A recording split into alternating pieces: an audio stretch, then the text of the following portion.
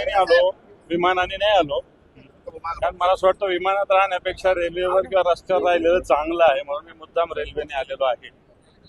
आणि शिवसैनिकांचा उत्साह तर आहेच. मला वाटतं मी सांगण्यापेक्षा तुम्हीच बघू शकता. परंतु निश्चित शिवसेना या संभाजीनगरात तर ताकदीची आहेच. ठीक आहे, आम्हाला जागा कमी पडली असेल, पण मतं आम्हाला प्रचंड पडलेली आहेत.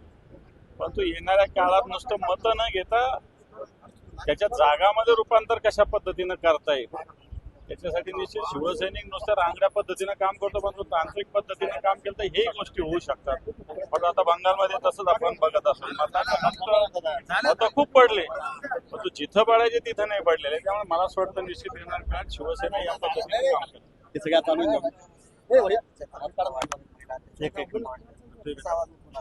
तर बिलकुल आवाज उठवू. कारण ज्या पद्धतीनं कालची पुण्यातली घटना आहे, परवाची नरसापूरची, मागच्या 2 वर्षापूर्वीची बदलापूरच्या घटना आहे, अशा घटना दररोज घडतायत या महाराष्ट्रामध्ये. आता तुम्ही म्हणाल की याच्यात सरकार जे राज्याला गृहमंत्रीच नाही पूर्ण खऱ्या अर्थानं. देवेंद्रजी फडणवीस राजकारण करण्यात गुंतलेले, बंगालच्या इलेक्शनला जा, हरियाणाच्या इलेक्शनला जा, झारखंडच्या इलेक्शनला जा, हेच काम करतात.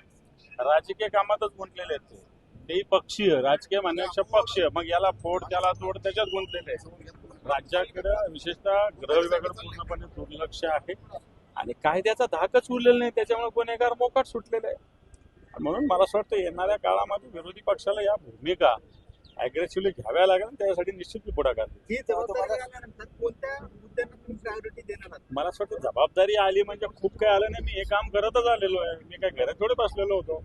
त्यामुळे कोणत्या मुद्द्याला प्रायोरिटी नाही. या महाराष्ट्राच्या हिताला सगळ्यात मोठी प्रायोरिटी आम्ही सातत्याने ठेवली की यांना काय घेऊच.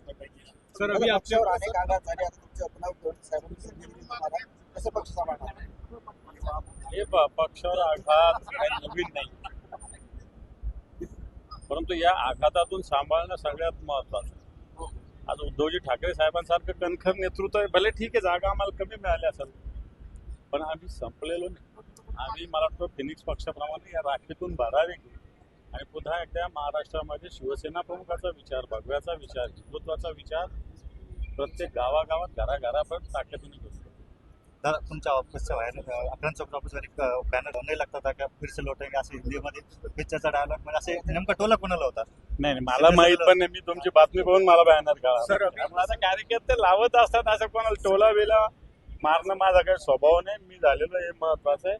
कोणाला एखाद्यासाठी मी काही काम करत नाही, करणार पण आता कार्यकर्ते उत्साह भारत काय लावत असेल. आता ज्याने लावलं त्यालाच माहित. मी थोडी बॅनर लावलं कोणी.